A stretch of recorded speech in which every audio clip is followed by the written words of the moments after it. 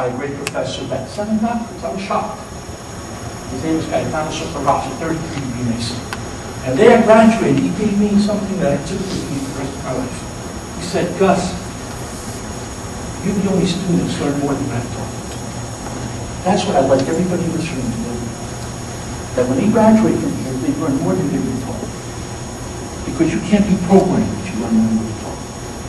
You only evolve, you only learn, and then you relate, and then you ask questions. That is the role of a student.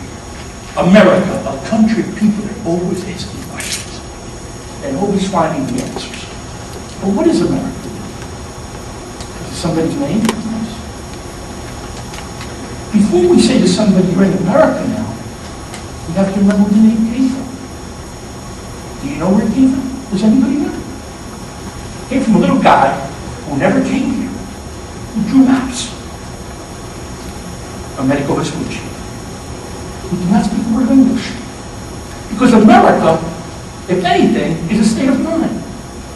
It's a land of opportunity. It's where everybody dreams in the world.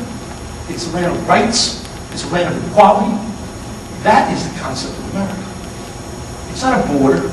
It's not a statue. It's not a kingship. It is a state of being. And America is a state of being. The world always looks to America. People used to call it the bastion of democracy.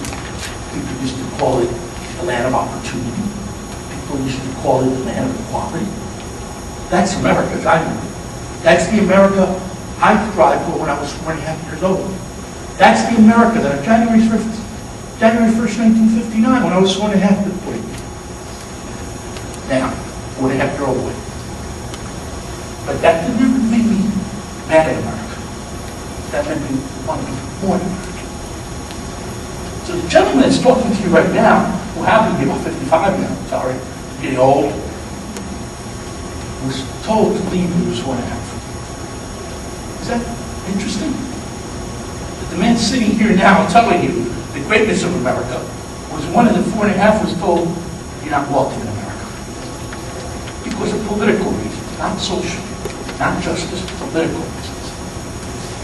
And a year and a half later, I came in. But again, I want to go to what America is. We have to think of America. And everybody calls it. I've been to classes these last 2 days walking in your halls, and people told me, well, Gus, what does it mean? And I started interaction with students, both Latin and non-Latin, am I right? And this gentleman's been at 2 of my things today, and he came to that. He kept his word. There's another gentleman there with him. And both of them were non-Latins, but they were inquiring what they represent. The minute we start a dialogue on what Latinization is, we understand each other. Because I like to know the other aspects of American culture. American culture is not one culture. It is the world in one place. It is walking down the street of New York, 2 blocks, and like my niece says, in 2 blocks I heard 120 languages. God, the world, the whole world is in America. No, all those who dream are in America. Yes, as the song said, I live in America. America's a state of mind. So if America was Vespucci named the place, what is the other thing we have to look at? Now, if the name came from somebody who never came here, right? That's strange. How many places do you know have a name of somebody who never came there? But even to say that, if you're born in France, what are you? Anybody know? You're European, right? If you're born in England, what are you? You're European. So that means if you're born in any part of the Americas, what are you? There we are, the state of mind. We're all Americans. Some are Central Americans, some are South Americans, some are North Americans, but we all strive for one type, Americans, right?